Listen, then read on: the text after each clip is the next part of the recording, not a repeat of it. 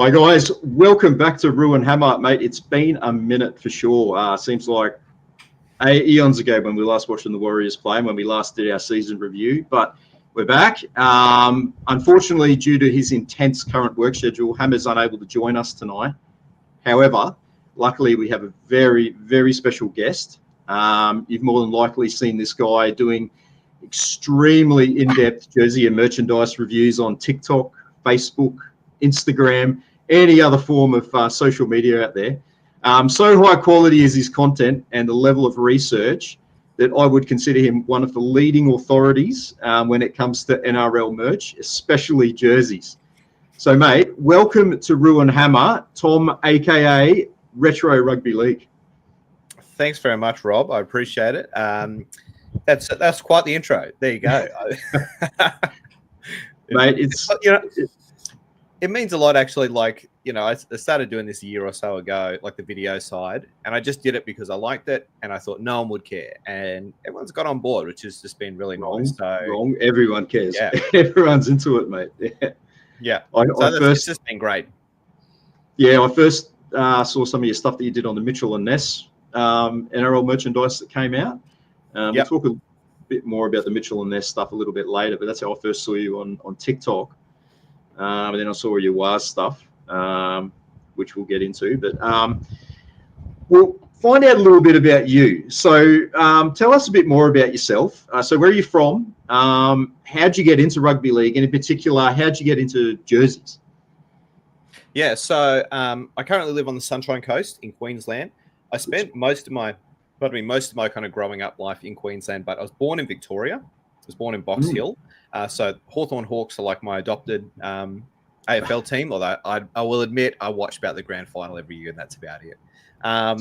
Shortly after that, we moved to New South Wales, and both my parents and a lot of my relatives are from New South Wales. So I've always kept my affinity there. I'm still a Blue to this day, even though my wife and 3 kids are all born in Queensland. So I'm losing that battle, and I'm resigned to the fact that they will all become Queenslanders. But anyway, so yes, we moved around a lot. I spent a lot of my childhood growing up in a place called Dalby. That's where Carl Webb's from. Yes. In fact, when you used to go to it was called the Great Hall. That was the sports hall, or the meeting hall, or whatever else. There was a sports board up on the corner. It basically had 3 names. Had Carl Webb a bunch of times, a girl's name, and then Andrew McCulloch, of course, who played for the Broncos as well. So he was in my year as well. It's a real rugby league town. But it was more my grandparents who got me into rugby league. They just loved footy. And actually, I don't know if you can see over my shoulder here, that little doll there, it's fallen down. That doll was made by my Auntie Dot, who was a massive St. George fan. And that was supposed to be me playing for St. George. So she made that for me all those years ago. It used to have a little St. George badge on it. Unfortunately, that's fallen off. But it was kind of because of them that I got into rugby league. Grandpa used to always ring me up, and we'd make like a $2 scratchy bet on who was going to win that day. My family really weren't into it, and I wasn't really even allowed to play it because it was too dangerous, even though I was allowed to ride motorbikes. But I was just enamored with the game, and more like with what I would call the mythology of rugby league. The tribalism, the stories, the mascots, everything, the colors, and that brings us to, of course, the jerseys. That whole world was the stuff I loved, probably even more than the game itself. It was the story around the game. And that's what's kept me in to this day. Yeah. Yeah, funny you should mention like the jerseys being a key part of kind of like your journey and getting into it, because that's actually how one of the major reasons I became a Warriors fan back in 1995. So before that, I was a Broncos fan by default because I live in southeast Queensland as well, sort of near Brisbane. And I remember watching the first ever game, the Warriors versus the Broncos, March 10, 1995. And mate, there was something about that blue, red and green jersey that just kind of captivated me. And it was a big part of you getting me like into the Warriors. And ever since that night, it's been all about the WAS switch from the Broncos. What would you say is your earliest rugby league memory, and also what was your first rugby league jersey, first jersey you ever got?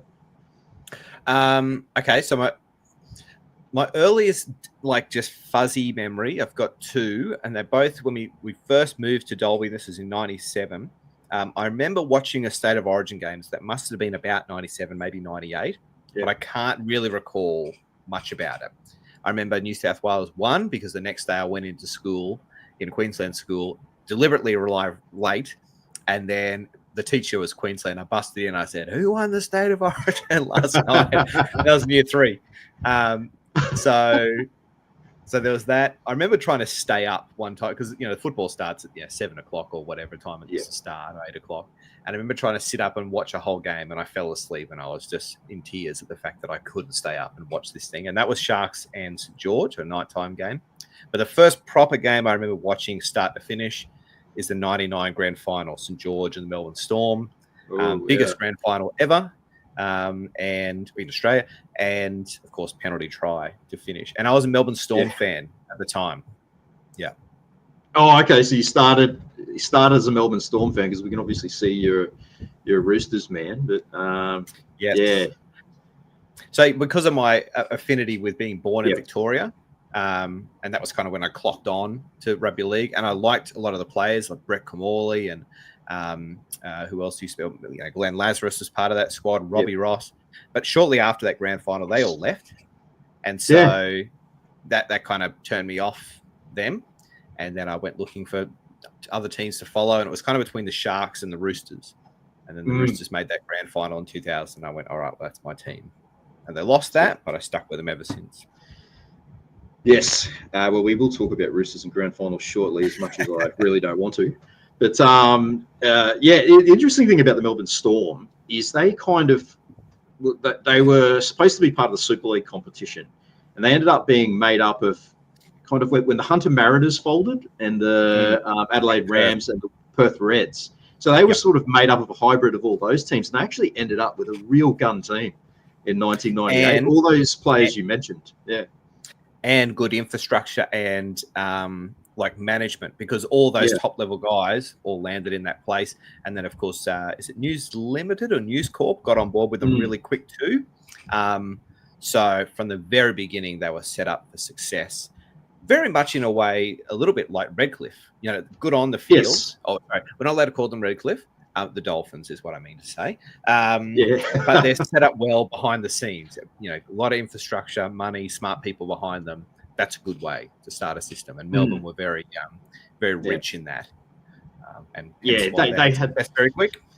Yeah, they had like John Rebo and Chris Johns, and they had a lot of guys that come from the Broncos from that super successful format. And they sort of it's crazy statistic, but the Storm have only missed the finals like 3 times in their history, and one of those times is when they had all their points deducted in 2010. And never lost a round 1 game under Craig Bellamy either. That's a pretty impressive stat too. Jeez. And we haven't beaten them in 10 years. We haven't beaten them since 2015 when Nathan Friend did the backflip try. Oh yes. It's amazing. Like we should have beaten them round 2 past season if it wasn't for that freakish Xavier. What's his surname? Coates. I was about to say Xavier Savage. No, he's the Raiders guy. Xavier Coates. How could I forget that? But yeah. Anyway, is what it is. I think we've all had our hearts broken by Melbourne at one point or another. Yeah, absolutely. So going from like being a fan, going into like the social media side of things. So tell us a bit about how that all came about. So it's about September, October 2022, I was listening to, I think it was the Hello Sport podcast, and they mentioned about a guy, one of the boys on there had bought a jersey off this guy on Instagram called Jersey Lord. And what he does is buy and sell vintage jerseys. And so I thought, oh, well, I've got a cupboard full of jerseys. I might send him a message and see about selling them to him. Anyway, as I looked through his page and had some stuff I was going to sell, I thought, I think I could do this. Like, not necessarily saying I could do it better, but I thought I could have a crack at doing this. I've got this many jerseys myself, and it's nothing really stopped me buying a few more. And maybe I'll have the jersey and then make a video that goes with it that tells you the history of that thing or a significant event or a player that wore that, and go from there. Anyway, so I did that. And Jersey Lord, to his credit, like, he has been great, and he's helped me out the whole way. Him and I did a giveaway together last year. Like, yeah, he's the man. So go give him a follow too. But as I kind of started to put all these things together and put all the time and effort into making these videos, these rugby league history reels, no one watched them. Nothing sold. Nothing happened. And I thought, I've just wasted all my time. I just poured time and effort into this thing, and no one gives a hoot. I think one thing sold, and it was an Avalon Bulldogs jersey, which is a local team in Sydney, in Northern Beaches of Sydney. Anyway, February came around of 2023, and I thought, this is a failure. I'll just put everything up on Marketplace and be done with it. And then, as the season drew nearer, things started to sell bit by bit by bit. And then I learned what had happened was that it wasn't I did a bad job. I was just in the wrong part of the cycle. So there's a cycle that happens when the season's on, people are excited. When it's off season, no one gives a hoot. And I was trying to put all my time and effort in there. So from there, things started to pick up a little bit. I was selling jerseys, and that was going okay. Not big margins, small margins, but it's just kind of ticking over. And then I can't recall which one came first. Either the Warriors put out their heritage jersey, and I made a little 15-second video on that, or yes, very similar to that one. Or I got, I had a 1996, I think it was, Rabbitohs World Sevens jersey. So it's basically all white jersey with a red, a green line and a red line in the form of a seven. And they're very, very rare. But it was super rare. But it was coded in signatures, and not signatures relevant to the time, like 2013, 2014, 2018. And I mean covered. Like, this looked like a Samoan chieftain with his tribal tattoos. Like, that's how much this ink is on it. So I thought, all right, I bought this thing. I didn't pay that much for it, considering what it was. I'm going to have a crack at getting these signatures off. And I thought, maybe I'll film it. And I remember sitting there with the camera in the laundry, about to go, no one will care about this. I won't film it. I'll just do one, and then we'll see. And it took off a little bit. People liked it, and everyone said, well, can't wait for part 2. And all these middle-aged ladies started following me to want my laundry tips. Sard Wonder Stick or whatever it is. Yeah. A certain pink brand of OxyClean that I won't mention because they wouldn't give me anything. But other things like that too. And it just kind of started from there. That was a lot of my content. And then when the merch sort of side came about, and I started seeing some interesting things and seeing that people like that kind of content, and I just kept pushing into that space. And then I just went that one bit deeper when the Anzac jerseys came out and the Indigenous jerseys came out. And I thought, there's stories here that are more than just, I like blue or I don't like blue. What do these symbols mean? Who made this? Why did they make it like this? What is it telling? What is it telling to me who's not an Indigenous man? Let's make this an us thing instead of an us and them thing. And that was my pursuit in doing that. And I particularly enjoyed doing a lot of the Maori stuff because I know nothing about New Zealand except through rugby league. And so people I've reached out to, like NZ Jersey Hunter, who's helped me a bit. Legend. Shout out, Luca. Yes. Love Luca. Charlie Russ as well. I can't, sorry to interrupt, but I can't let this go past without giving a shout out to Mount Wellington, aka Charlie, the ultimate authority on all things NZ Warriors jerseys. And now, well, you mentioned, give him a follow on Instagram. I've seen his collection in person, and it is second to none in terms of Warriors jerseys. Absolutely amazing. So shout out to you, Charlie. Sorry, just while you mentioned Jersey Hunter there. And Luca's been great to me because, like, there's been times where I send him voice recordings and saying, is this how I say this phrase? And he say, no, you need to say it like this, or change this and roll the R's. Like, we don't roll R's in Australia, you know. So, so yeah, all of that's just been a huge learning journey. And it's been really interesting now seeing all the stuff that's kicking off in New Zealand. I don't really understand it fully, but I have at least some grasp of what's going on because of rugby league and because of the stuff that Dynasty and whatever put out mainly. That's made me dig into those stories. So going to rugby league for sorting out geopolitics. Absolutely. PNG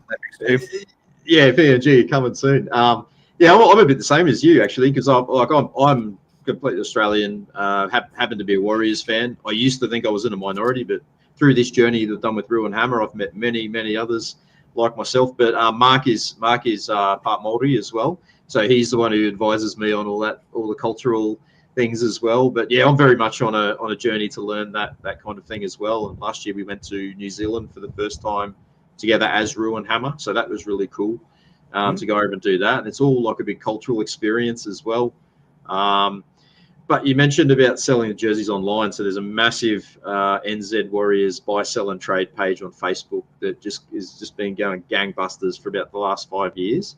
And you're exactly right. If you can strike while the iron's hot, it's fever pitch. Like, it's crazy the amount of money that you see some of these jerseys going for. And there was a jersey that we had back in 2003. It was just like a butcher's stripe jersey, so horizontal grey and black stripes. We wore it in like 1 or 2 games back in 03 and I think once in 04.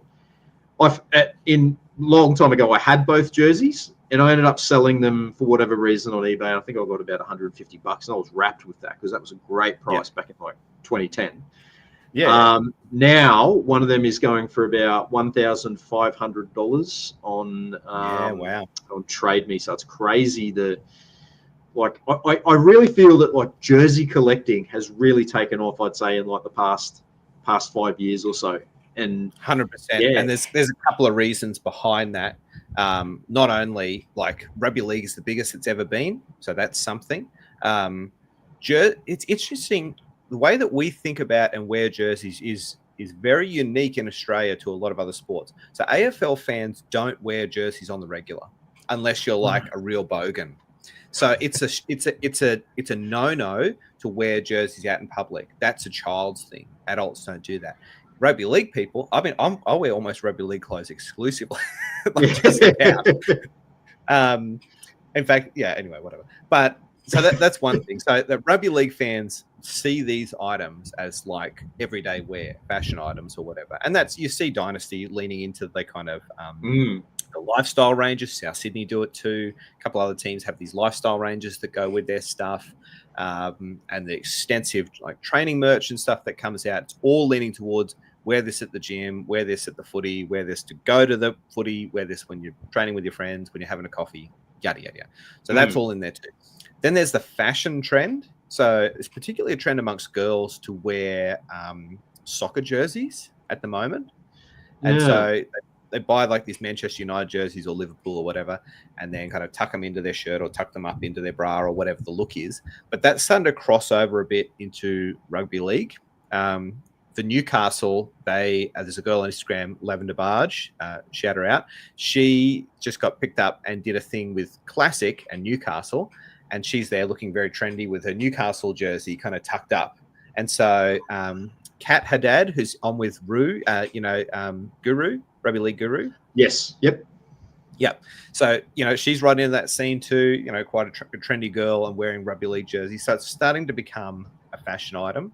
Plus everything old is new again. And then just the retro trend in general, both in rugby league spheres and out. So all these things are coming together in this like little pyramid of like rugby league jerseys at the most opportune time. Yes. Comment from Tommy just said, Retro Rugby League always killing it with jersey content. Oh, thanks, Tom. So I said before, we will go into what's probably going to end up being a painful topic for myself, and that is Roosters and Warriors rivalry. Seeing as though you're a big Roosters fan, I'm a Warriors fan. I think for me, there are 2 games that stand out in the sort of rivalry that we've had between the Warriors and the Roosters. First one, that's 2002 Grand Final. Firstly, it must be said, 2002 was far and away the greatest ever season in Warriors history. We broke almost every single club record. It was just such an amazing ride. We had an outstanding team full of flair and also grit. We had a forward pack that everyone was afraid of. We had flashy outside backs. We had guys like Clinton Torpy, Francis Melly, Henry Fafili. We had Ivan Cleary playing at fullback as the calm and steady influence. We had Campo there as the enforcer in the pack with Richard Villasanti. We had a great mate of ours, Big Tooks, in the front row. Logan Swan, Owen Guttenbill, Ali Lauatiti. What a team that was. And we just had that season was just an absolute ball to watch until we came up to that grand final. What are your memories of that day? I mean, obviously yours are a bit sweeter than mine, but still a very significant moment, obviously, between our two clubs. 2002 stand out. Yes, obviously. I was 12 at the time. For some reason, I was home alone. I don't know why. But anyway, I just remember watching the game alone. There was no one else there. And like before the game started, I was so nervous that I was sick, like vomiting sick.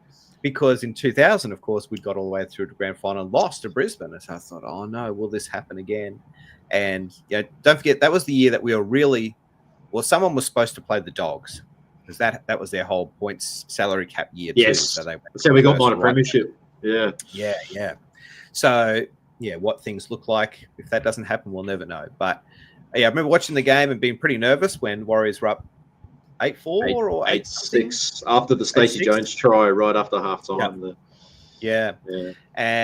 But then, of course, there was that moment that everyone points to when Richard Villasanti headbutted Freddie, and Morley just got lit on fire, and the team just took off from there.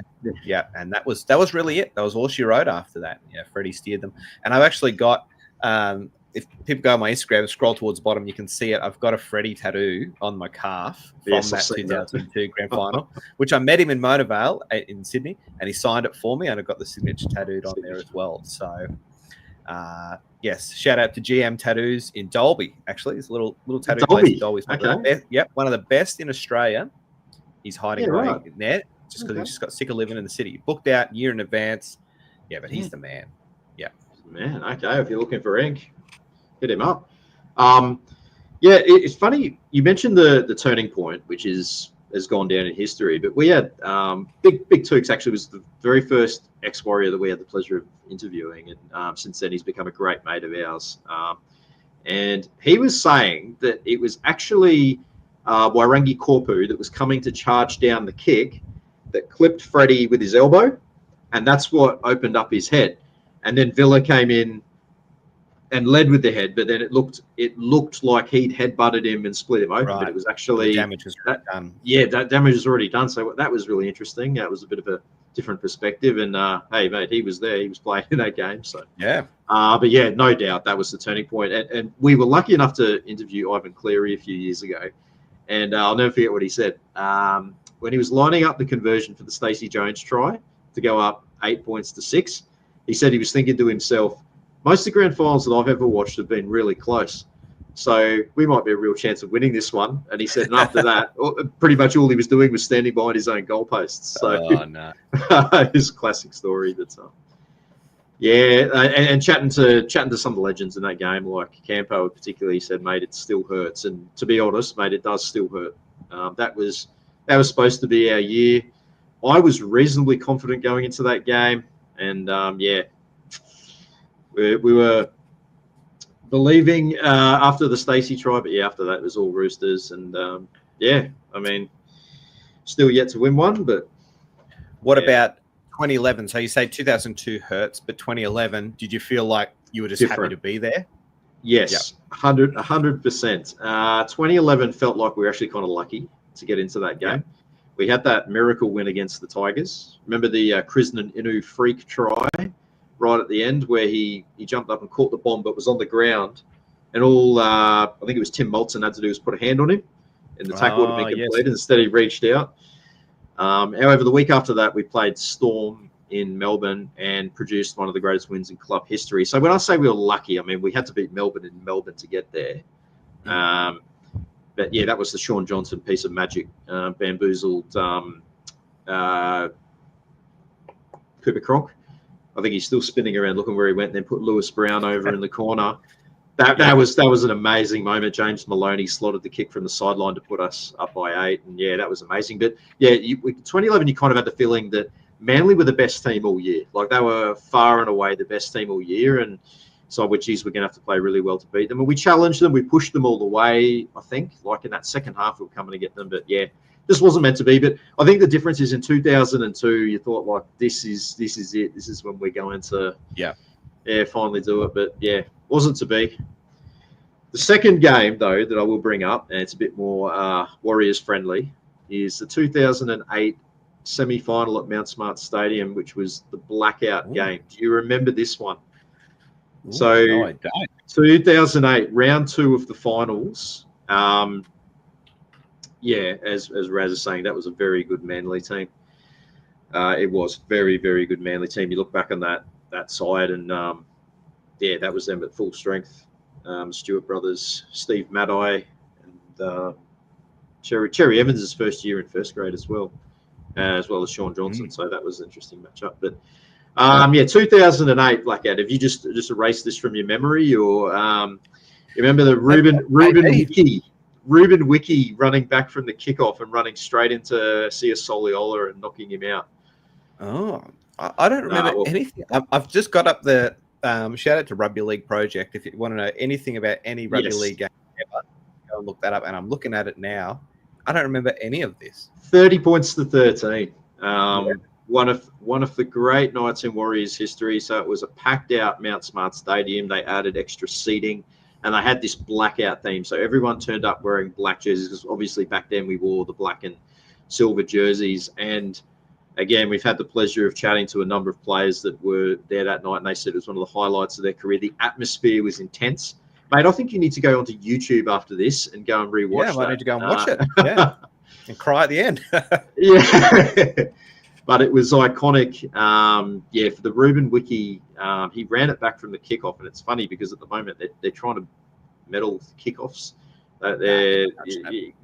So this was he's running back. He was screaming Sparta apparently because that movie. What's that movie? Yeah, right. Yeah, 300. Yeah. 300. I was about to say 360. Yeah. 300 was out, and he ran it back. And this is when we'd all grown beards. So all the players had grown beards for the run into the finals, because we'd gone on a big end of season run.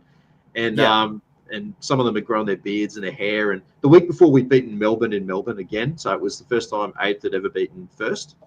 Yes, the Michael Witt try. Yes, of course. Yeah. Yes, that was the week before. And we earned an unexpected home final against you guys, and you came over. You'd lost to the Broncos the week before, and massive night. But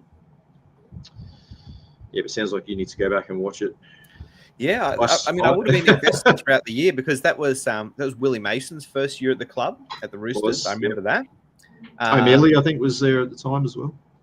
Maybe, yeah, or did he come the year after? But anyway, so I can remember the year. I cannot remember that final series.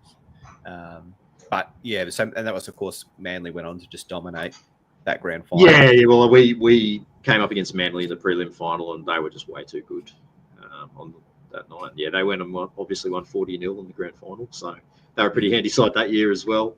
Yeah. But I mean, if like for a team like Warriors haven't won a premiership, you sort of cling to these moments where, big games. We all have our top 5 moments in Warriors history, and the Melbourne game, and then all the really good finals games that we've been a part of and won.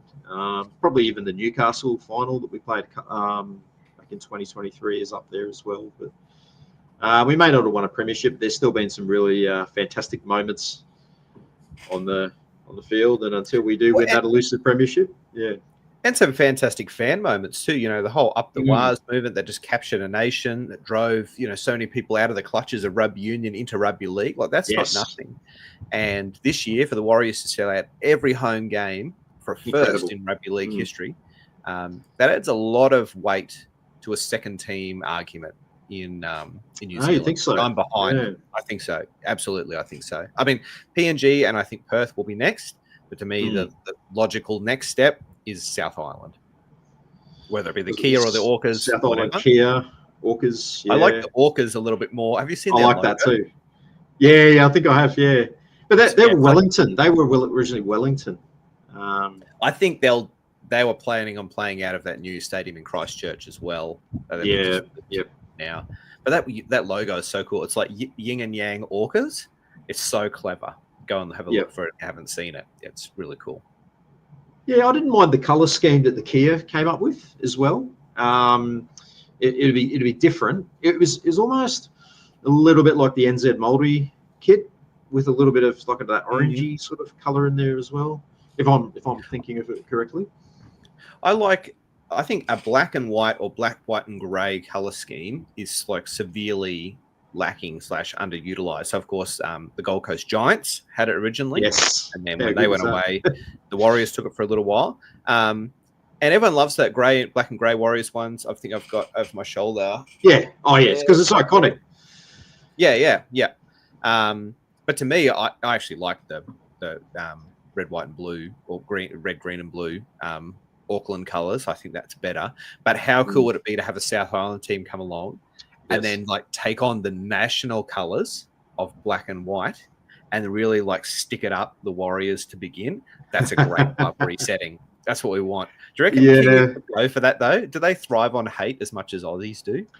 Oh, Kiwis love to hate Auckland, from my experience. So anyone outside of Auckland tends to have a bit of a chip in their shoulder about the Aucklanders. I think they think they're a bit above it all and all that sort of thing. It's hard for me to say, not having never lived there, and but that's just something I've sort of picked up on. So yeah, I think you might find there's a lot of kind of neutral supporters in New Zealand that maybe follow the Warriors because they feel like a sense of duty or whatever. But before the Warriors came in, they were maybe like a Manly supporter or a Raiders supporter. Those two teams were really popular in NZ because of the amount of Kiwi players they had. So I think that would be really good. Yeah, black, grey, and maybe a bit of red because it'd be Canterbury. So it'd be representing like the sort of Canterbury region down there. So they could have that old sort of I don't know whether they go for that because that was the Warriors' previous colour scheme, but black, grey, and red would be a great combination. And have like obviously a white or a grey away jersey. But yeah, that'd be exciting. That would be really interesting to see. See how that divides the fan base.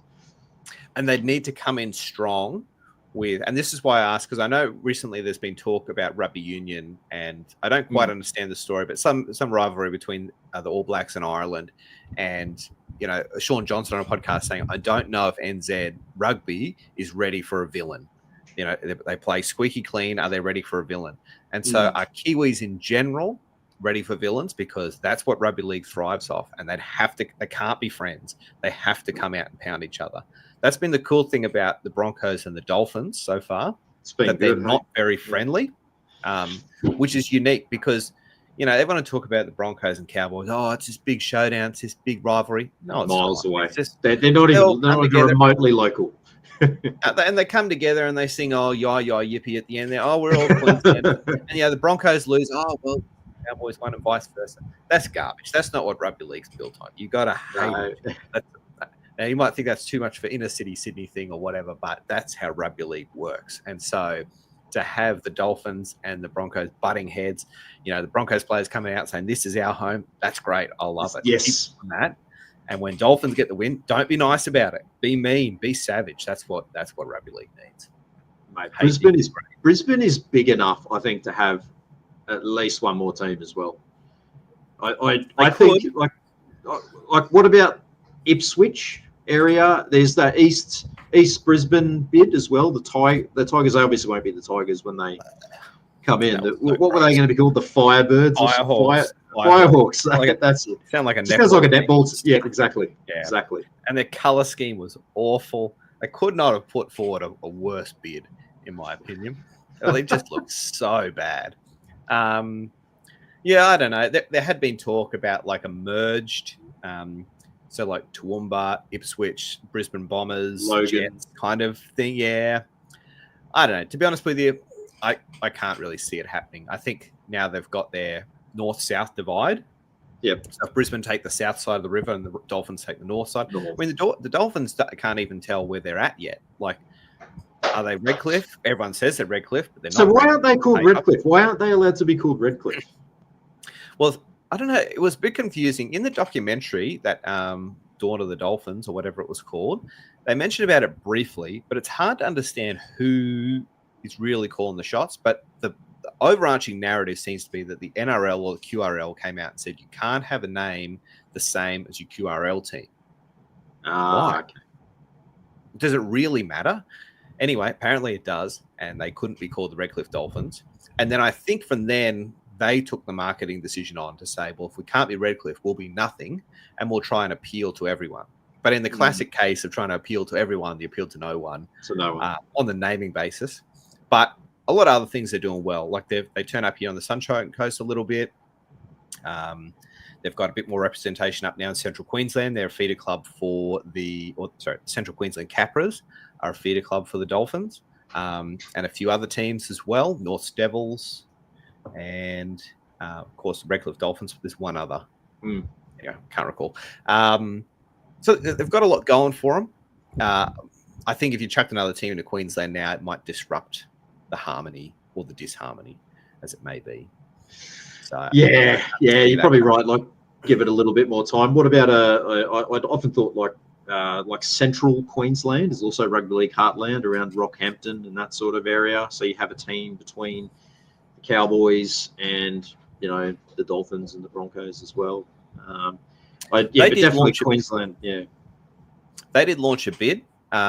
So recently there was a report from Fox, I think it was the Raw. I saw it on, and the NRL rejected 8 bids that had come forward, including Perth. So there were 7 others, and some of those were kind of Western Corridor, Toowoomba. There was 2 from NZ, and one of them was Central Queensland, and a few others. So they're in there trying. I don't know. I can't see it happening. Rockhampton was actually going to be the capital of Queensland at one stage. There's a little bit of bonus trivia. Oh, there you go. At the settle being the beef capital. Yeah, that's right. Well, there's a lot of mining and stuff around it, so there's probably enough money. But I don't know. I can't see it happening. We'll see. We'll see. I personally, I think the two smartest bids would be Perth. Like, I think we really need a team back in Perth. It creates that extra time zone as well. I think they're pretty keen on having that Super Saturday with 4 games. So whenever Perth are at home, they'd play that much later time slot. But I know it's always been a nightmare whenever the Warriors have travelled over to play in Perth, because the game kicks off at about 1 a.m. New Zealand time, because obviously it's a completely different time zone. Perth is in the Southeast Asia time zone. So if you're playing the 7:30 game over there, it's messes around with the body clock a fair bit, which is probably why we have such a poor record in Perth. But and PNG, I'm really excited about PNG. It'll be interesting though to see who they can attract to go back there. The obvious candidates would be like your Justin Olam. I think he has a clause in his contract that allows him to go back there if they get a team in there, which is looking like they will.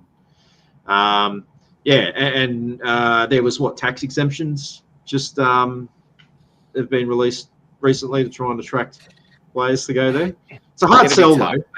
Yeah. Hard sell. To go and live in a compound full time with a family, that's a pretty big ask. It is. And even then, you couldn't see anyone staying beyond 3 years. But do yourself a favor if you haven't already, and go and listen to, James Graham's got his podcast, The Buy Round. Yes. Yep. They had a couple episodes where they did this buy round table, and they had an episode all about expansion with James Graham, Brent Reed, Tony Mestroff, who's the Manly Seagulls CEO, Shane Flanagan, and Aaron Woods. Go and listen to that if you haven't already. It's about an hour long, and you'll learn more in the first 5 minutes than you've heard anywhere else on the topic of expansion. It's very good. But Flanagan makes a good case for why PNG is all right on their own without too many marquee signings. Anyway, I won't give it away, but go and watch their stuff, and you'll add it to playlist. Yes. We'll just bring it back to jerseys. So one comment about jerseys, and I've noticed this over I'm going to say maybe the past 20 years. It looks like so many teams are reverting back to more traditional designs. So personally, I love having this kind of tradition with the club's heritage, being represented. So for instance, the Warriors had a bit of an identity crisis. We started off in the blue, red, and green, and then when we were bought out by Eric Watson and changed to the New Zealand Warriors, we started phasing out the blue and the red and all that kind of colours from the jersey, because the blue and the white are traditional Auckland colours. So that's how the jersey comes about. Blue and white, traditional Auckland colours. Red and green were actually just the colours of DB Bitter, the sponsor. Yeah, so that's how red and green is on the Warriors jersey. So, but I think over the years when we had black and grey, and then we had black and white, then we started adding red to it and all that sort of thing. And I remember being a little bit envious looking back at teams like the Roosters, the Dragons. I think the Sharks even just ended up going back to their sort of traditional design. The Raiders have gone that way as well. It seems to be a bit of a trend. A lot of teams are sort of reverting back to the old sort of tried and true designs. Is that something that you like, or you'd like them to be a little bit more innovative with designs? I like both, and it's interesting. The grass is always greener on the other side, right? So Warriors fans are probably saying, when can we have some stability? The Sharks just released their home jersey today and summer training gear, and multiple Sharks fans messaged me saying, oh, when can we get a different home jersey? So it's always what you don't have. With the traditional teams, like, you stick with your red, white, and blue, or your red V, or whatever you roll out, but then go wild with your other stuff. I'm really liking what Canberra's doing at the moment. They're just gone classic with their home, but their away jersey being that 1992 Great Britain Lions tour. Wow, great, fantastic. It's good, isn't and it? then a lot of people are hating on their Colour Rush jersey. At least it's something different, bro. Like, at least they're having a go, and they're incorporating cool elements of their club identity in the Viking clap, in both that and in their training gear. That's the stuff I like, because and what New Zealand did last year, really capturing their local identity, doing the heritage launch at the corner store or the dairy, doing the Canterbury jersey, all that kind of stuff that just speaks to the people and tells the fans that we hear you and we know you and we understand you. That's the stuff I really like to see. So there's a definite trend, like everything old is new again, and fans are constantly asking, when's this heritage jersey coming out? Like, that's a vocabulary change in fans. They weren't really asking for heritage jerseys before last year. The average, like, lower tier fan, lower tier, that sounds bad. Someone who doesn't care as much about jerseys and whatever. Then that wasn't part of their vocabulary. But it has become now, because 14 teams put them out last year. So people are hungry for that kind of stuff, and you can be clever about it too. You don't always have to do it as an on-field jersey. Cowboys this year had a nod to their 1962 or 1966 Great Britain Lions tour jersey, and they turned it into a polo shirt. So you can be clever with the way that you do it too, and still have those nods to the past without it being in your 5 main jerseys. Warm-up t-shirts as well. I think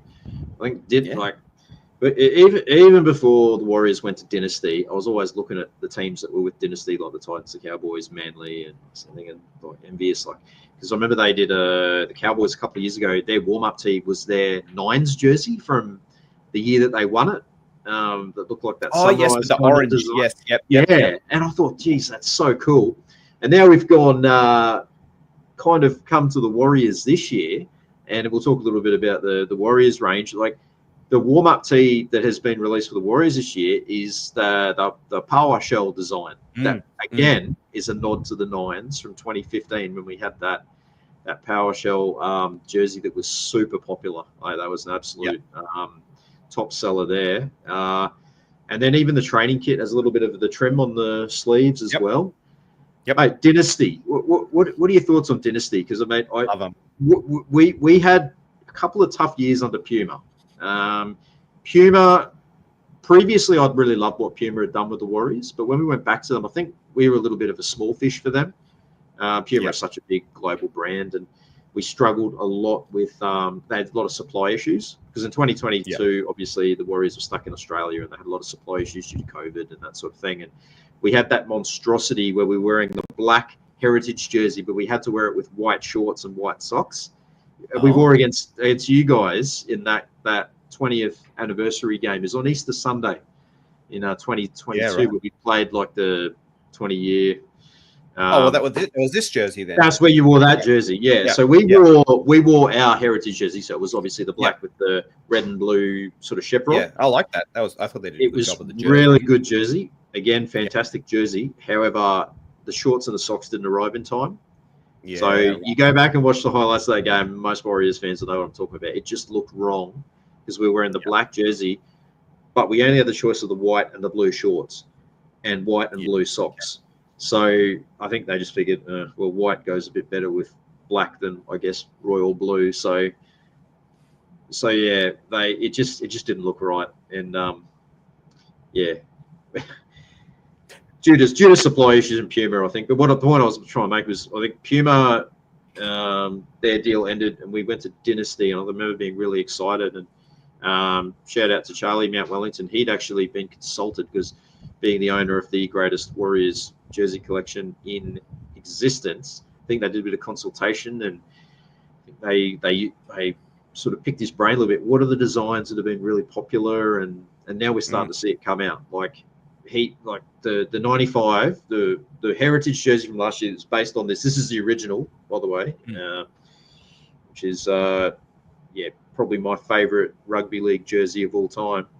Yeah, but the heritage absolutely knocked it out of the park.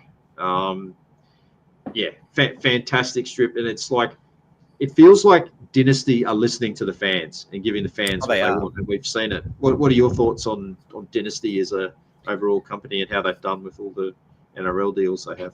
Yeah, so I really like what Dynasty, whatever. Dynasty, yeah. I think they say Dynasty. So, but yeah, I really like what they're doing, because you're exactly right. So they listen to fans, they canvas fans, and they watch creator stuff. They had watched my stuff before. They might have been watching your stuff. Like, they are out there watching. So they aren't just sitting back in their ivory tower like maybe some other manufacturers. They get involved with stuff. They, if you send them messages, they'll actually probably reply to you. If you DM them on their social media, they'll probably reply to you. So they're actually really good in that department. The designers do a great job. They are footy fans themselves, and they get it. The top bosses, like everyone, they just kind of get it. So that's a great platform to start off with. But they've also got an eye on just street culture and fashion and stuff like that. So they know how to market their stuff really well and how to tell the story. And then when they put a jersey out, there's usually an article, and the article will have a lot of detail, which makes it great for me to go and take that detail and turn it into a video, where some other companies don't supply that detail. And even if you ask them, they're really hard coming, or they just don't tell you anything. If you critique them on it, they really don't like you. But Dynasty seem to have a bit of a thicker chin, and yeah, they're just doing it all. Every fan at the moment wants their club to switch to Dynasty. That is a pretty telling sign. Yes. Yeah. So yeah, I don't think we'll see many more go there, because whether Dynasty can kind of handle too many, they've got 5 or something at the moment, plus other teams in other sports. But I've been wondering if there'll be other teams chomping at the bit to get their spot. I never thought Titan stuff was cool until they went to Dynasty, and now I like a lot of their stuff. So yeah, they're not going to be They were one of the first to go to Dynasty, weren't they? Titans. They'd be up there. The Sharks used to be with Dynasty for a while too. They're Classic now. They went. Classic do some good stuff.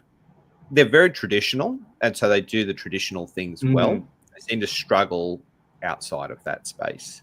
Anyway, they've got their they did the Super Rugby. They did the Super Rugby jerseys from starting last season, and they did the heritage versions of all the Kiwi Super Rugby teams. They were fantastic. They were really good. Yeah. So, like you're saying, they do the nod to the past really good. But yeah, I found their current designs were very plain, not a lot of detail. For instance, I sort of follow the Highlanders in the Super Rugby, and their jersey was literally just blue with a little bit of yellow and maroon on the sides. It's just a blue jersey. And there's trends and stuff. There's this whole minimalist trend that I'm just not really a fan of. There's also this trend of simplifying logos down, which is also apparently an NRL directive. Go and follow Tyson Bennett. He's on Instagram and TikTok. He's a designer. And he was saying about how the NRL was trying to tell clubs to fit all their logos inside that shield. This shield. So all their logos have got to fit in here. So that was the story behind the Manly head. And other clubs have and partly behind the Raiders, which there's an abomination. But anyway, I don't know what they've done to their logo. Hey, it's gross. It's so bad. And I'm just against that, the esports style logo. I don't like it. And then they doubled down and they made that alternate jersey, which was just a huge version of the logo on the shirt. Don't like the logo, eh? Cop this. Yeah. And I said how much I disliked it. And Josh Papali commented on my thing and said, yeah, me too. So even players didn't like it. Yeah, right. There you go. But yeah, so I'm not a fan of those kind of trends. I'm a fan of, yes, going to the past, but also I really like the guys who are trying something new and breaking new ground. That's why I liked South Sydney's Anzac jersey when everyone else hated it. That was like the sailor jersey. Oh, the Navy one.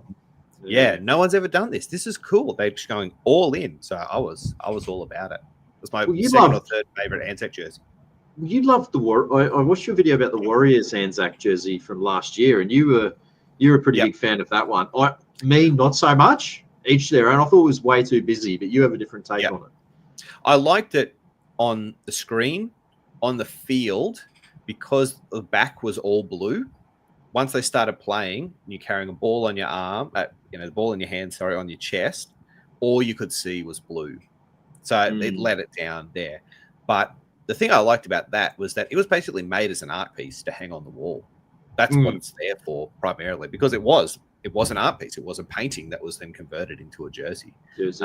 And the depth of the story behind there, that's what I really love. So, yeah, it was busy. A lot of people called it a BCF fishing shirt because it was so busy.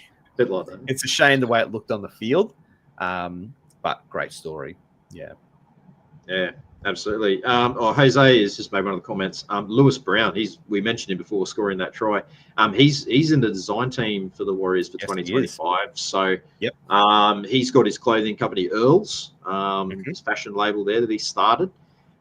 Interesting to see what he comes up with. I don't know if it's been announced if any of these current designs are his, but I'm starting to think he's maybe going to do maybe not a heritage, but like a one-off jersey, or he might be designing the Vegas jersey. Who knows? We're playing Vegas next year. So I'm really excited to see what he comes up with. And there's been a lot of hints on his Instagram where he's showing that 2011 all black Fern jersey that we wore when we played at Eden Park. It was the same year as the All Blacks were playing in the World Cup.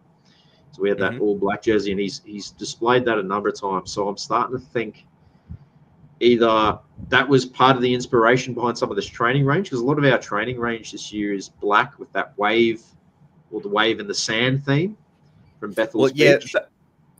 So there's that Bethel's Beach, and also Pitha, so another beach. So the West Coast beaches have that black sand, which is their training kind of thing. So that is the motivation there. Some people were saying that they thought Louis Brown came up with the power designs because apparently he'd done something similar with ASICS, but I don't know the story there. As for your other comment, I'd say follow the hints. Yeah, it's a pretty strong hint. So I'm pretty sure we're going to get like a little bit of a video and a story behind it, because it's obviously a bit of a landmark kind of occasion when you've got an ex-player coming back to the club and providing like that kind of creative input. So just mentioning heritage jerseys. So I've heard a bit of a rumor that heritage jerseys are now locked in for 3 years, a 3-year cycle. Home and away 2-year cycles. So that's why the Warriors have essentially the same home and away jerseys this year, just with minor tweaks to them. What do you know about the heritage jersey cycle? I have heard the same thing. Yeah. And so one heritage jersey, I don't know if it's every 3rd season or every 3 seasons. So make that what you will. But that being said, there are ways around it. So, for example, like the Bulldogs changed their home jersey to look a little bit more like last year's heritage jersey. That's a way around. The Cowboys last year launched their charity jersey, which was the 2004 jersey. Carl Webb jersey. Exactly. Yeah. So it was a heritage, but it wasn't a heritage. So you can rebranded as something else. Yeah, you can do charity jerseys, you can do community jerseys, you can just change your jersey. So there are different ways. But I mean, every team puts out 5 jerseys every year. 3 of them are compulsory. So home, away, and Indigenous are compulsory. The other 2 you can play around with. And sometimes you can get away with a 6th. like South Sydney did last season. So they had their alternate jersey, which was the all white with the red and green stripe down the middle. The Portugal soccer shirt. It looked like Wrexham. That's Deadpool's soccer team from Wales. Deadpool and the guy Always Sunny in Philadelphia. It was basically their away jersey. In fact, you could buy the Wrexham jersey and get it mailed to Australia and sew on a logo for about the same price or cheaper than buying the South Sydney one, and they're identical. Anyway, but yeah, so they snuck in 6 because they had their members jersey, and then they plonked that alternate on there as well. But usually you have to stick to 5. So we saw a lot of teams go out last year with heritage jerseys. I don't think you'll see another heritage jersey from the Bronx until 2027. But that will be good timing for them because that is the Super League Grand Final anniversary. We haven't seen too many Super League designs brought back, have we? I mean, the Broncos did one years ago. There's a reason for that. You're not a fan? Oh, no. It's not me. It's the NRL. I think I think they still have a sour appetite towards that. A chip on the shoulder. Yeah. So that's left in the past. But that 98 stuff, which is identical, you can run that out. That's fine. So yes, yeah, that's right. When we all came back together at the last moment and had a unified competition. Yeah, absolutely. Speaking of 98, the Warriors have released a 98 retro jersey made by that company Tidwell. Yes. I think. Yeah, so they've done Tidwell have also done like the 95 home and away as well for the Warriors, and they've done a lot of other retro designs. They have, I don't know, like they've been really good without being outstanding. And I know that you'll agree with me on this. My biggest gripe with the Tidwell stuff, so the retros that they made, is the tongue on the logo. Yes. Of the Warriors Tiki logo. So you got a 95, 2 95 jerseys and a 98 jersey. All 3 of those years, the tongue was curved to the left. So a lot of people don't, well, probably a lot of people do know, a lot of Warriors fans would know, but so it goes back to 99. So when the Auckland Warriors back then were owned by the Tainui tribe, they bought the club, back then, and the logo was actually modified. So the tongue of the tiki was straightened because the curved tongue was believed to be cursed. And it represented physical weakness in the Māori culture. So it's really bizarre that the Warriors ever had the curved tongue to begin with, if that was the actual reason. They probably didn't quite do their homework, but... Well, it sounded like in the beginning that there was 2 tribes of thought on it. So some people said, no, don't do it, but there were other Māori people inside the voices saying, yes, do it. So it wasn't just a one-sided argument. But since then, you're right, you haven't seen a curved tongue come back. And the same happened with the Mitchell and Ness stuff. And I made my things on that. And multiple people sent me messages saying, actually, we've heard that they're not allowed to use the curved tongue anymore, that the Warriors have said, this is our brand and you can only use this. Now, was that the case with Mitchell and Ness, or did they just forget? I don't know. We'll give them benefit of the doubt and say that's the issue. But I think that's the issue behind the Tidwell stuff with the straight tongue Warrior, is that there's actually a licensed logo that can be used, and the Warriors are only licensing the straight tongue. You won't see curved tongues, which is kind of cool because it means that stuff is locked in time, and you'll never see that again unless you have the originals. So that's cool. Yeah. Yeah. Absolutely. I think that's another point to, a lot of people are down on the fact that the Tidwells, the retros, aren't the same as the originals. And sometimes they're just not because they just made a fatal error. Like the Crushers one that came out this year, depending on you got different amount of stripes. There was nothing on the back. Okay, that was a bit of a fail. However, it still sold like crazy. So people still like it enough to buy them. The other one was the St. George 7s, where all they had to do was copy the front to the back, but they just made up their own back. The Wigan jersey? The Wigan copy?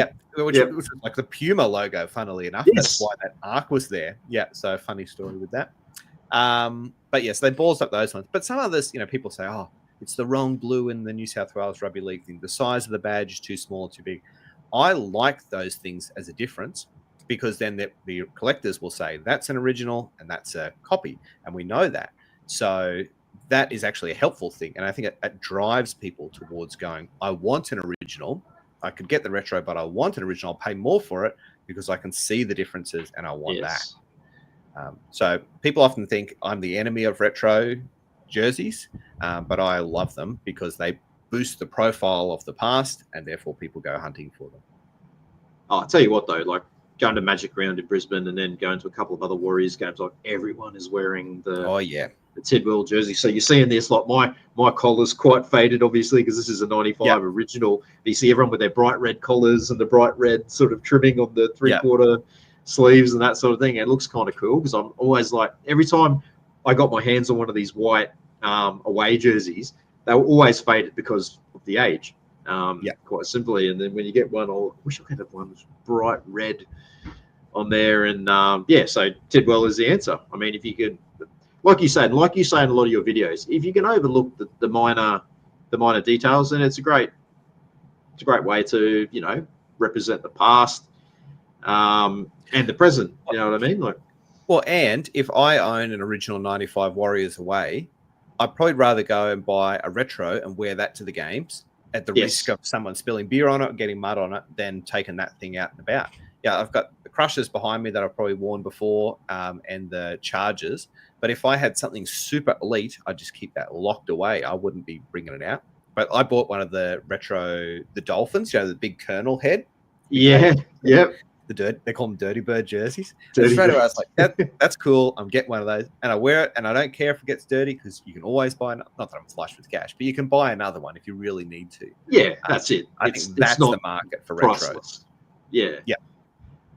It is interesting. You're exactly right. At Magic Round, it was rare to see someone in a modern jersey. It was almost all retros. So that was cool. That's really cool. Yeah, I love it. And I think the last time I went to the Warriors versus Dolphins at Suncorp, everyone was wearing the 98 Tidwells, which is pretty cool. As we said, it's not 100%, but it's a great nod. Funny you should mention the Crushers. I was a massive Crushers fan. I went to heaps of Crushers games. Yeah, so funny story, and I've told this many times before, but I actually went to the very last ever Crushers game that was at the old Lang Park before they did it up. And on our way, they let everyone in for free, because the Crushers had basically gone broke at the end of 1997. And what was meant to happen was they were going to merge with the Gold Coast Chargers to become a Southeast Queensland entity, because they were struggling. And the Chargers actually had a really good year in 97 and made the finals. And the Crushers were dwindling at the bottom of the table, and they were coming up against Western Suburbs Magpies, and the Magpies only had to beat the Crushers, who were dead last, to make the finals over the Gold Coast Chargers. Anyway, driving to the game, and they let everyone for free, because no one's going to pay to go and see the Crushers. So their last, I think, 3 or 4 home games were free. Driving to the game, we heard on the news that Princess Diana had been in a car crash. And then by the time we got into the ground, right before kickoff, they said we're having a minute's silence because Princess Diana has actually, unfortunately, passed away. Wow, there you go. So I'll never, ever forget that day. History. Yeah, I'll never forget that day as long as I live. And me and my dad were there sitting in the old grandstand at the old Suncorp Stadium. And, mate, the Crushers put on a clinic that day. They had their finest hour in their very last game, which turned out to be their very last game, beating Western Suburbs 39-18, ruining Western Suburbs' chances of making the finals, and that allowed the Gold Coast Chargers to sneak into the eighth position, and they played in the finals, the 97 ARL competition. So, whenever anyone brings up the Crushers, I'm like, I've got a lot of history with the Crushers. They're only around for 3 years, but it was eventful 3 years. Well, I know a lot of fans are wanting to see, speaking of the Chargers, they want to see the Gold Coast bring back a nod to the Chargers. The jade and purple.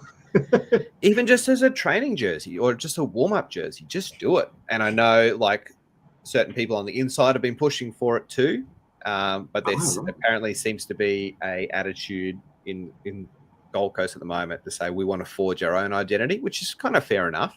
And we want to be known as our own thing. So go and do that.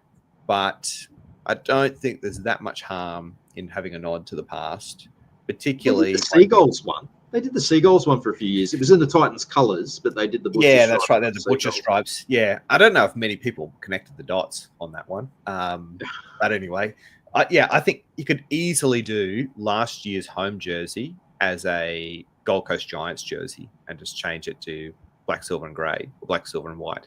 And people would buy. I'd buy it. It seems like a slam dunk. So maybe in another 3 years' time, 2027, that'll be 20 anniversary for them. Maybe we'll see some cool stuff come out then. I don't know. But everyone wants it to happen. Titans, hear us now. Make it happen. Even the Gold Coast Seagulls, say, right before they folded, I loved that Tui's jersey that they had. The black, white, and red. That was one of my favourite jerseys of all time. They had a really, this must be as rare as hen's teeth, but they had a Nines jersey as well that was white. Cool. Have you seen that one? Yeah, and it's got the one squish. It looks like a sailor polo or something like that. Yeah. It was interesting. Yeah, they were. It was. I guess it's kind of unfortunate what happened to them. They played out that little stadium in Tweed Heads, which doesn't exist anymore, right at the Seagulls Leagues Club. But yeah, there you go. I've got a thing about defunct teams. As in, you like them or don't like them? No, I do. I'm just interested in them, and interested in the history of them. Why didn't they work? That's why I'm keen to see Perth come back, and I'd love them to have a bit of a nod to the Reds.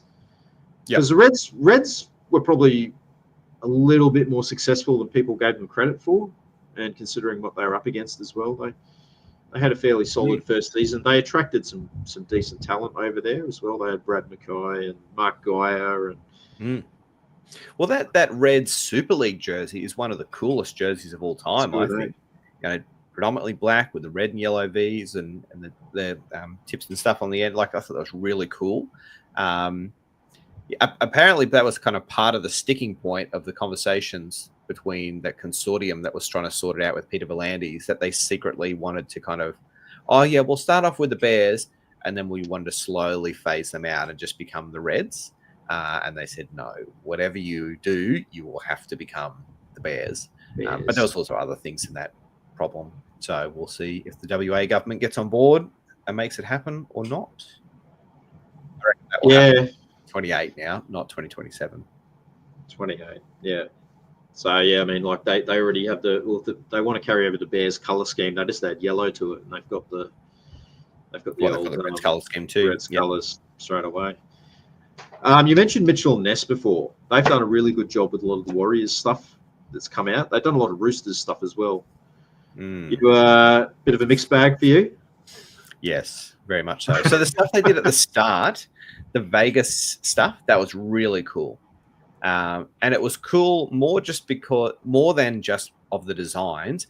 It was like a moment where NRL had the same, or sought to have the same kind of platform that NBA does, in a merger between, NBA has that real crossover with hip hop culture.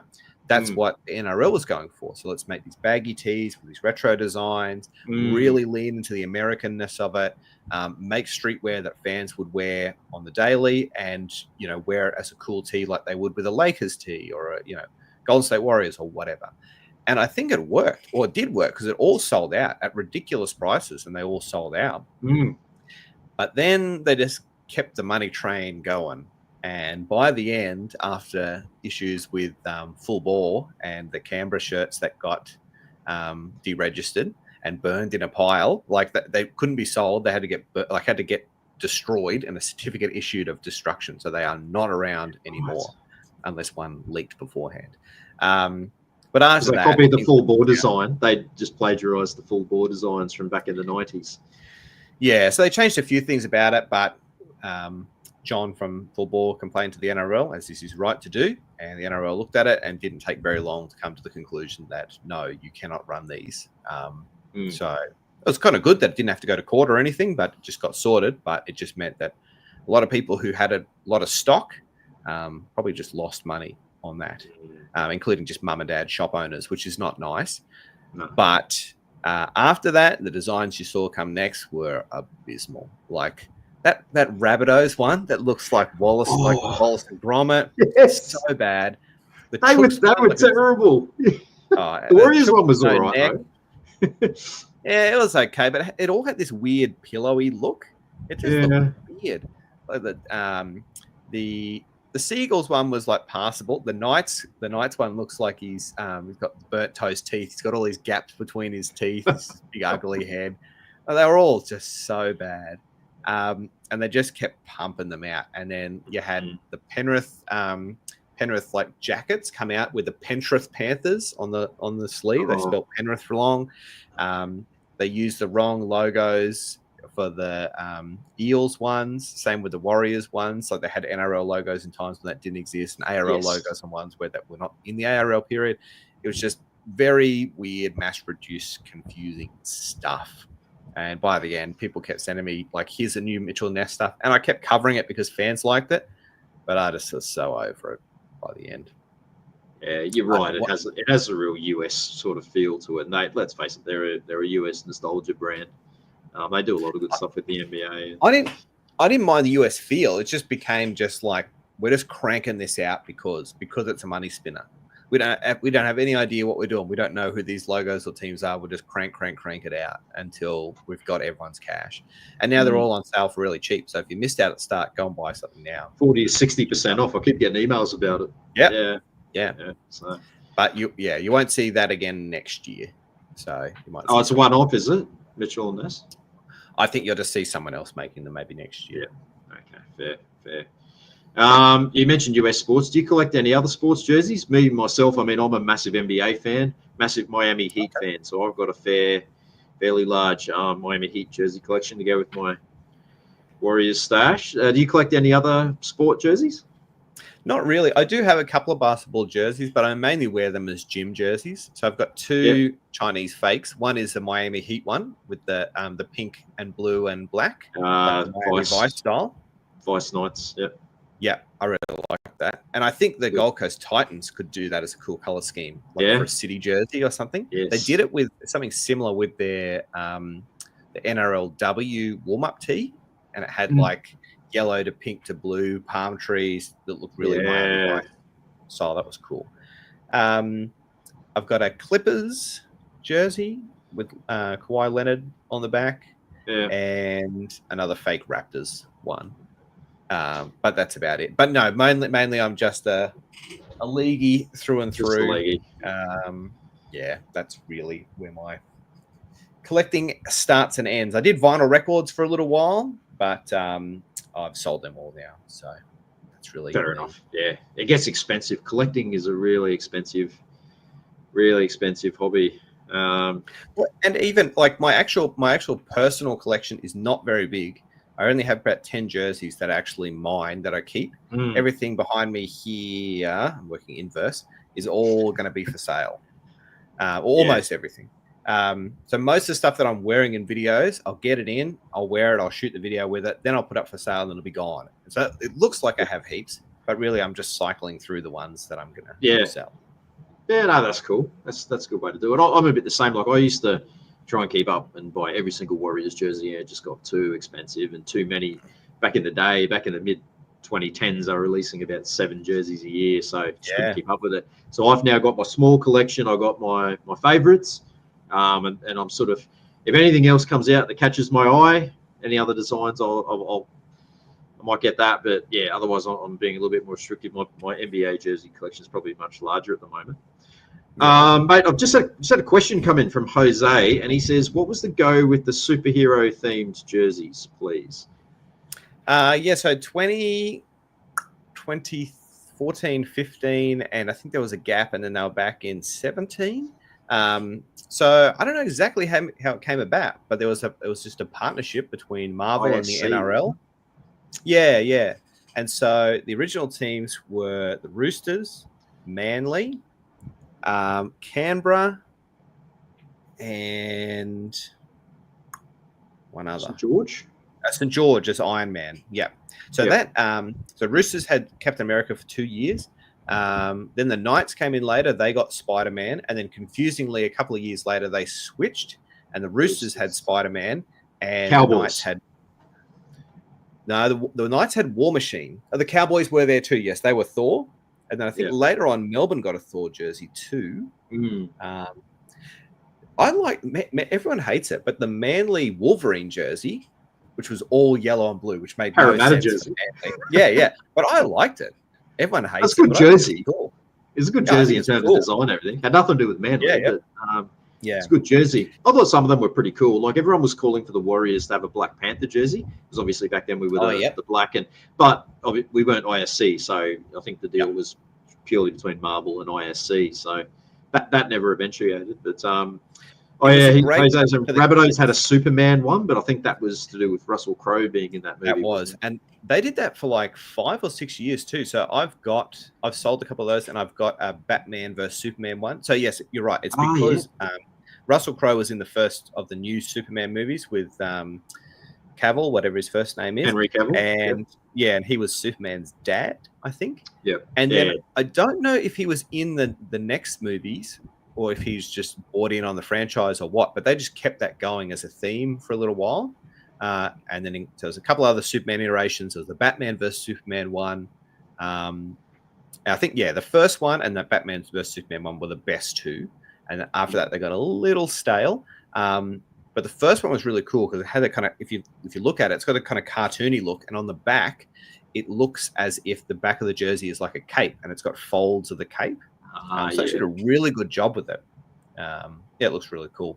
As much as that pains me to say as a Roosters supporter, we never talk about that. Book of Feuds. Add it to the Book of Feuds.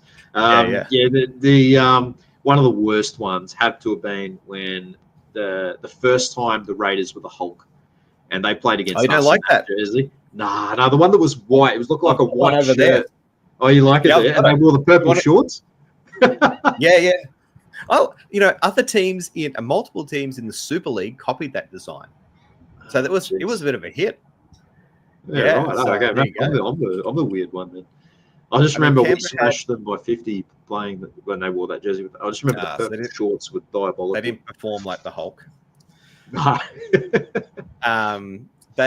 Canberra also did an Iron Fist jersey, so it was a predominantly green design with a yellow symbol here. Yeah, the Marvel character. Remember that one? The Broncos had an Iron Man one. It was pretty horrible.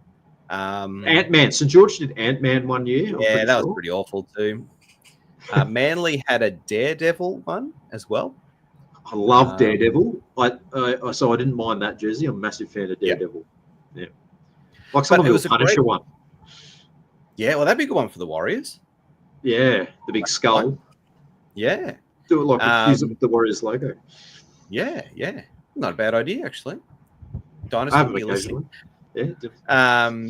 But the kids, that was all about the kids. The kids love that. And to this day, people still message me saying, have you got a Spider-Man Roosters in kid size or whatever? So kids love those designs. Yeah. So I don't think you'll see it come back again, but it was a great one for the kids. So it was just an interesting moment to be alive. It was. You've mentioned fake jerseys a few times. So there's always a bit of a obviously as a collector, you want to have an authentic product. If you're paying top dollar, you want to be buying an authentic product. The market is now flooded with these AliExpress, what's the other side, Temu and all that sort of thing is selling jerseys. And I think the easiest way you can tell if they're brand new is look at that sports performance tag. Mm-hmm. Have you been swindled at all? Have you come across anything less than authentic? Yeah, I have. So I bought one of these jerseys early on, and it was a fake one.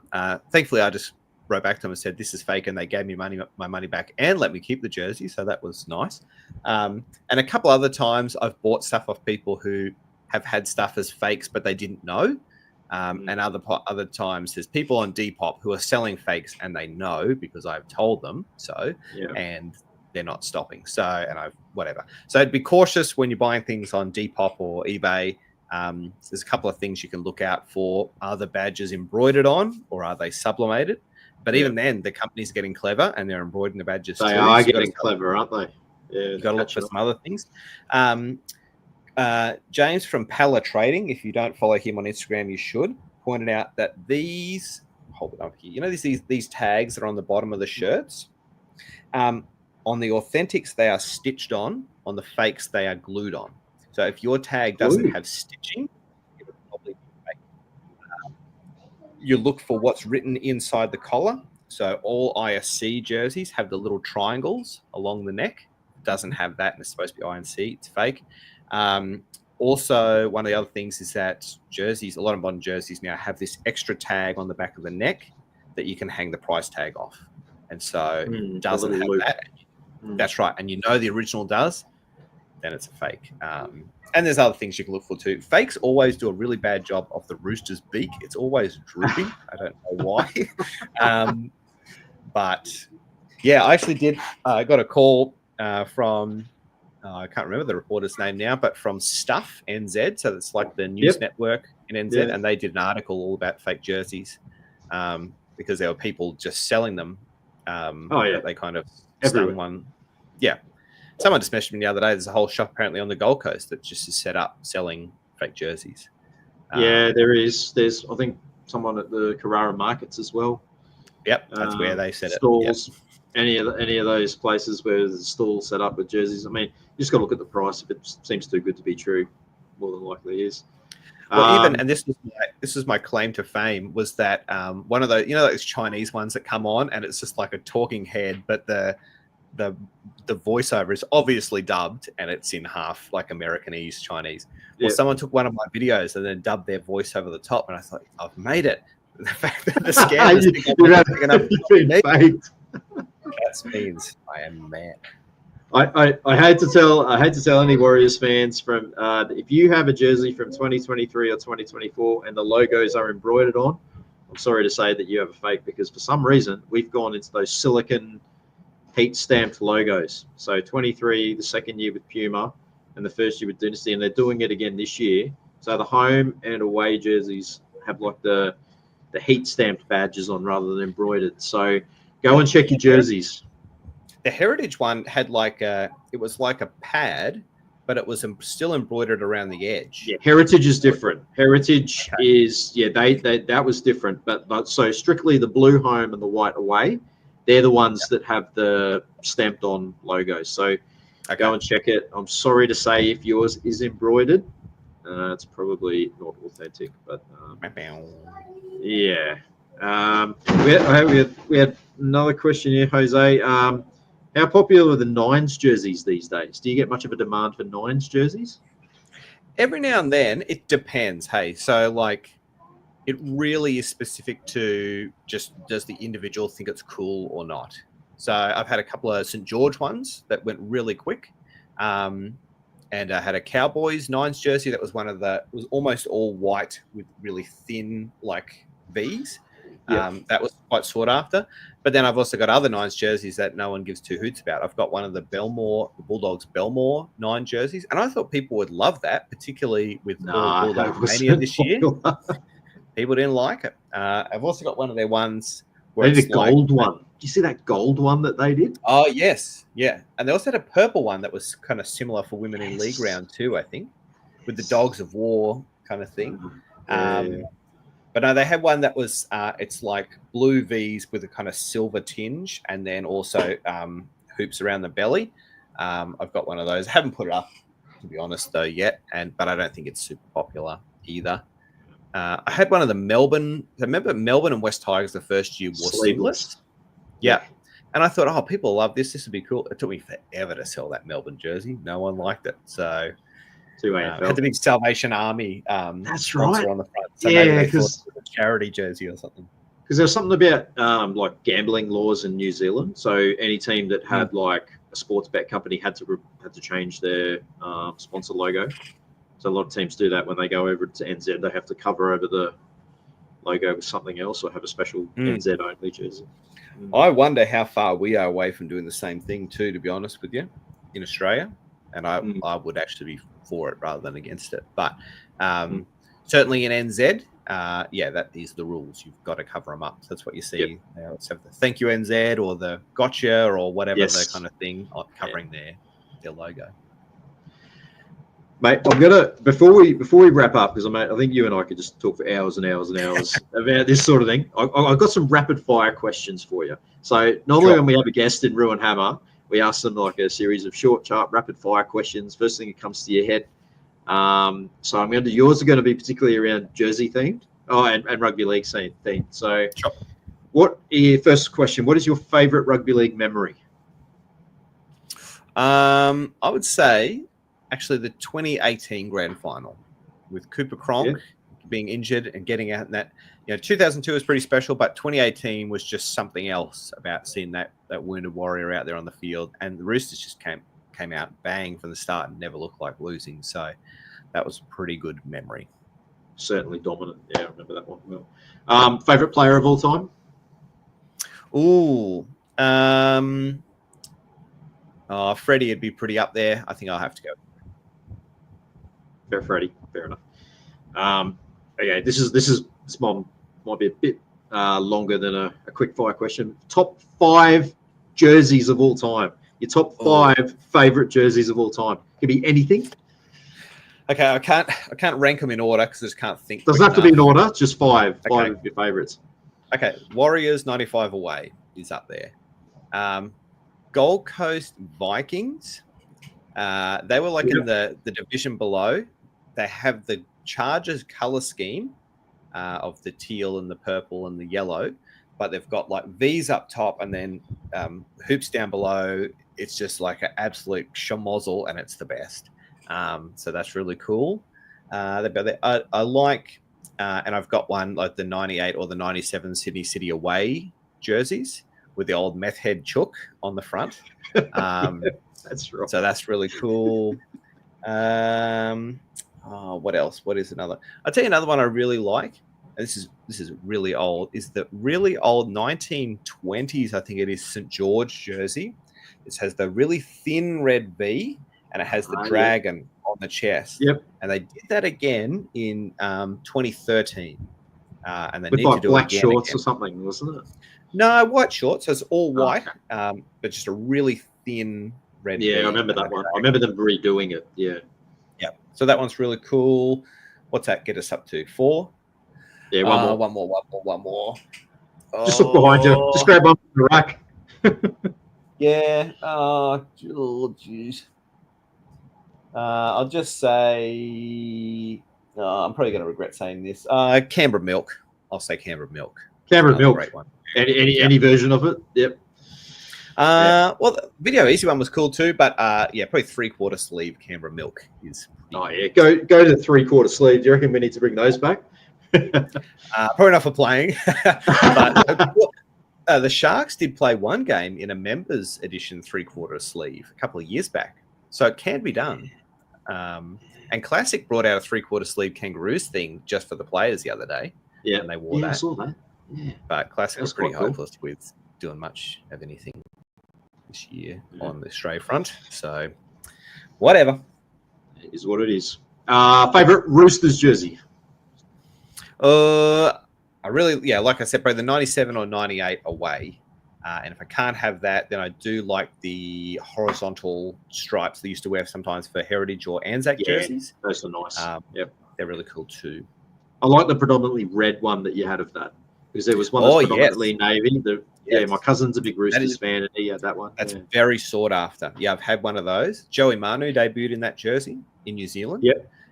Yes. And they only did it twice, and they never did it again. And I don't know why, because it makes sense color scheme wise, and the fans loved it. So they should do that again. Yeah, there you go, Roosters, bring it back. Favorite Warriors jersey? You pretty much answered this one. I said that one, and I love the retro, like the Heritage, from last year or this year. I actually bought 2 of them. I'm not a Warriors fan. I bought 2. And I've still got one in the plastic. I'm planning to keep it in the plastic, and I've got one that I wear. But there are some other Warriors jerseys that I like. I'd have to think. I mean, I like that period in time when they went to like the black and silver and red. Yeah. And they had one where it was kind of like the 2 ferns made up the V. Yes. That was pretty cool. Yep. very Sean Johnson. Very Sean Johnson-ish. Yeah, 100%. Yeah, that's the first player I think of during that era. For reference, my top 5 favourite Warriors jerseys is 95 home, 95 away, 2002 home. So the jersey wore in the O2 Grand Final. The Auckland anniversary jersey that we wore in 2007, it's predominantly blue just with a white V. It was to celebrate 30 years. It was back in 2007, 30 years since the provincial Auckland team had a grand slam against all the touring nations. Australia, England, and France, I think it was. So that one. And this is one that will probably surprise you. The red alternate jersey from 2000. We only had it one year. I'm a massive fan of red. So it was, and we redid that as a 2008 heritage jersey back in the anniversary of rugby league. So it's like predominantly red, and it's got like a kind of stylized blue and white and black kind of chevron type of thing. I'm looking at it right now. I'm on rugby league jerseys.wordpress, which is run by RL Jerseys on Instagram. My man Chris, he's the guy who helped me do Jersey Judgment Day. If anyone watched that, he was the mastermind behind all the pictures and stuff. So he's got this catalog basically of every jersey ever. You just look up your team and you'll find all of them, including this one that I'm just looking at now. I've never seen before, a 2002 alternate jersey that's predominantly yellow. Yeah, so it was a Mount Albert jersey. Yeah, I've never seen that before. It was worn in pre-season. It's worn in one pre-season game against the Rabbitohs at the Mount Albert Lions home ground. It's one of the rarest jerseys in existence for Warriors collectors. There was only a handful of them made. I've been told that they were only player issue. Only player issue, and then a couple of others. Helen Clark, former PM, has one. Right. And then the rest of them Charlie was telling me was that they were used kind of as training gear for that season, and they kind of got damaged. So there was a few extras going around, but they got damaged and weren't able to be reused. But there is a couple floating around. I think some of the real diehard collectors have got their hands on one. But surely the Mad Butcher would have one, wouldn't he? He has. I'm pretty sure he has one framed up in the Butcher's Lounge at Go Media Stadium. There, I'm pretty sure he does. We've had another question here. We'll add this to your rapid fire. What are your top 3 ugliest jerseys of all time? Oh yeah, easy. The Manly Spew jersey is the worst of all time. That was that one they did an Anzac round that was like khaki and pink and blue. Yes, that's gross. Then there's the Parramatta Spew jersey, which is behind it. A couple of years ago. Then this is about 2 or 3 years ago now. And then this is probably more out of recent memory. There probably is worse, but this is one that really just got my goat this year. Was the Newcastle Knights Anzac jersey. So it was just an absolute debacle. Like they had this jersey that was just like a heritage strip on top and then a blue body that they sublimated the picture of 2 F-35s flying over Newcastle because there's an airbase there. Yeah.